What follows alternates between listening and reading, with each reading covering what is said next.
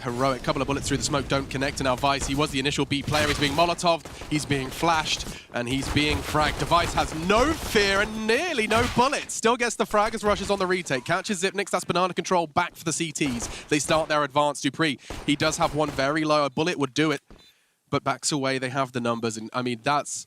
The way this round starts is a summary of how it's likely to end unless Rush does something crazy. Yeah, that was a masterclass. Just like I said, that third smoke for post plant as well, that's exactly what they've done. A double HE to kick things off. Nice kill from Rush just to know, but he almost had no chance of winning that one. What leaves Golden relatively alone to this. He has had a rotate come in though, and already Golden burns to a crisp. Device's Molotov is all it takes. I think tagged up by him as well. But 5-3 with 70 seconds still on the clock. Yeah, this is where Astralis do their best work. You won't see them make many mistakes in these sort of scenarios. Sure, this round is still possible for Cloud9, but how do you even set up? A lot of teams have to take a gamble stack at this point. They have 2 players towards B, but at this stage, Astralis, with still a minute on the clock, the majority of the utility, they'll just let Device just probe, just see what's going on, see if he can bait out another smoke from them.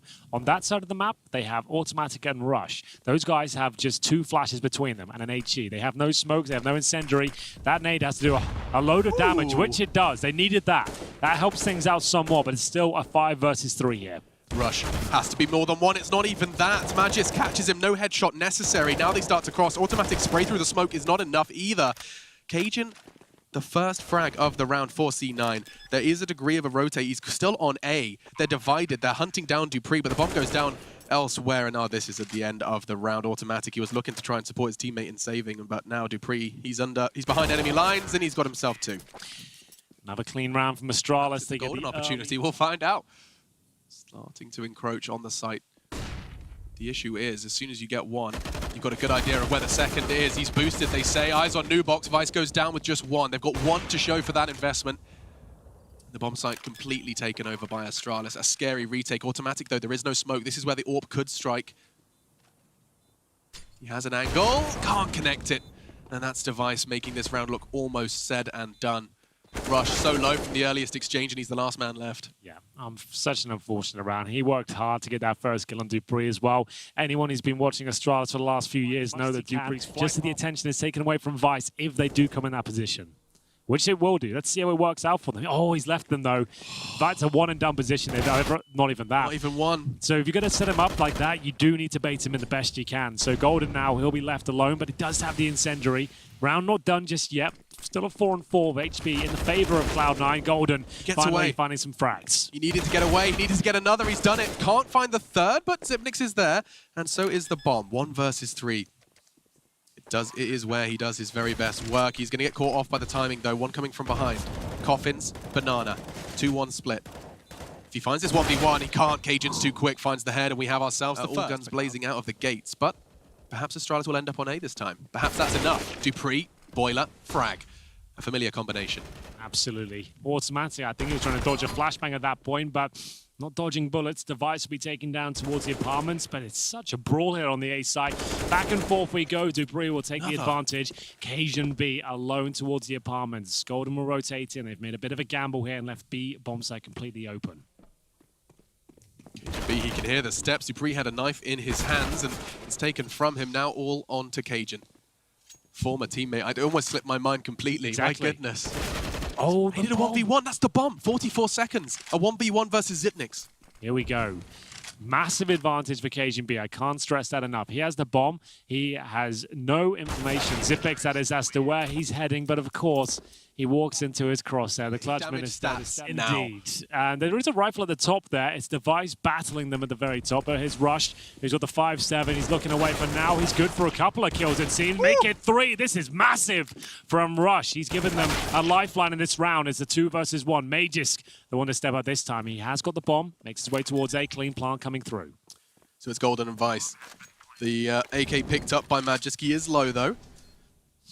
Problem is, Alex, Magisk is the A player, the A anchor for Astralis. Okay. This is his bread and butter. Holding this side of the map, he has no problem operating around here. So he'll go towards Boiler right now. Remember, they have no kits, no armor. They have a smoke, though. The best they can do is smoke the bomb, full defuse and hope they can cover. That's going to be my call at this point. That's all they can really go for. The fact that Magisk has dug so deep, he had so much time to reposition, he is going to be coming from short. They fake it, they fight it, and Golden thrives. That's going to be 2 for Cloud9. They need every single one. That's the banana control they've been looking for, and it is firmly held now by the North Americans. It's nice to see him get that confidence at this stage, but it won't last for too long. dupreeh has been such a nuisance for them. He gets dinged in the process, but at least take down Rush.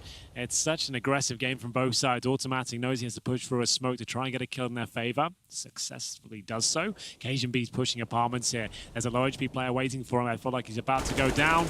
Indeed, he will. dupreeh, very patient, but still the advantage for Cloud9. Less than a minute remaining. Bombs at the bottom of B. If Zipex gets his kill on Vice, that could be it. That's going to be dupreeh dropped, and Zipex waiting for his opportunity here. He knows what they're up to.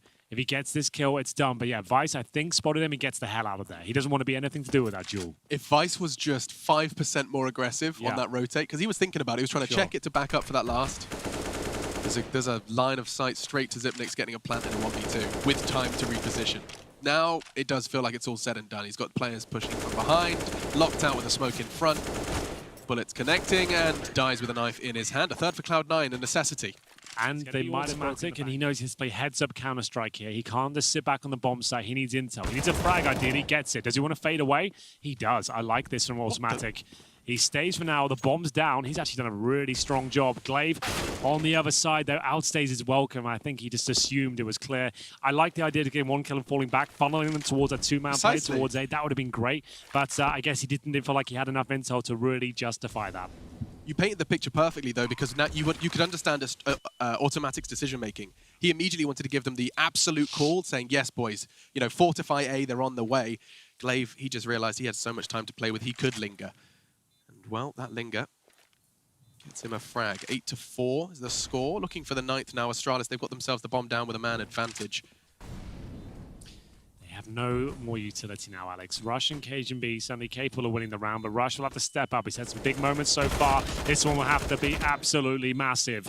Bomb ticking away at some pace now. He has no idea who these last two players are. He can no longer defuse the bomb, just hoping to get a consolation frag. That's not going to happen. There we have it. It is going to be... And they are going to send 5 players towards B. They have one smoke for the CT cross, and Magisk, Xyp9x coming in the back lines here. This makes things incredibly difficult to contain. The patience of Magisk. He knew he only needed one. He took an additional second while he had someone staring straight into his eyes and managed to catch the player lining up the smoke towards logs. Now just 2 remain. There was 4 members of Astralis in middle at the start of that round.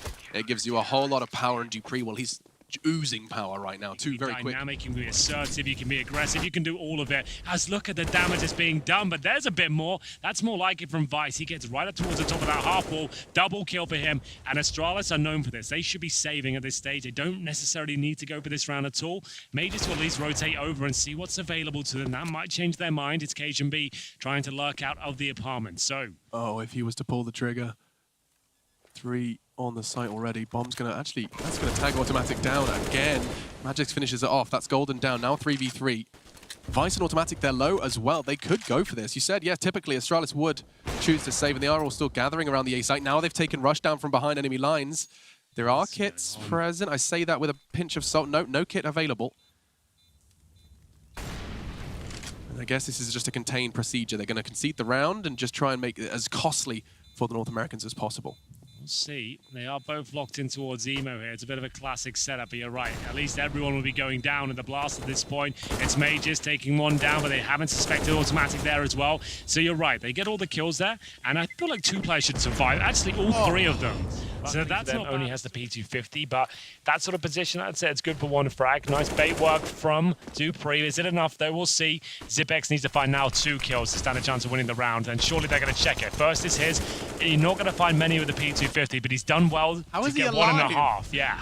How is he alive? Glaive finishes what Xyp9x started. 8 seconds. Where's that bomb? It needs to be planted. Rush is the one doing just that. Cajunbee in the meantime does the dirty. Glaive down. 2v3.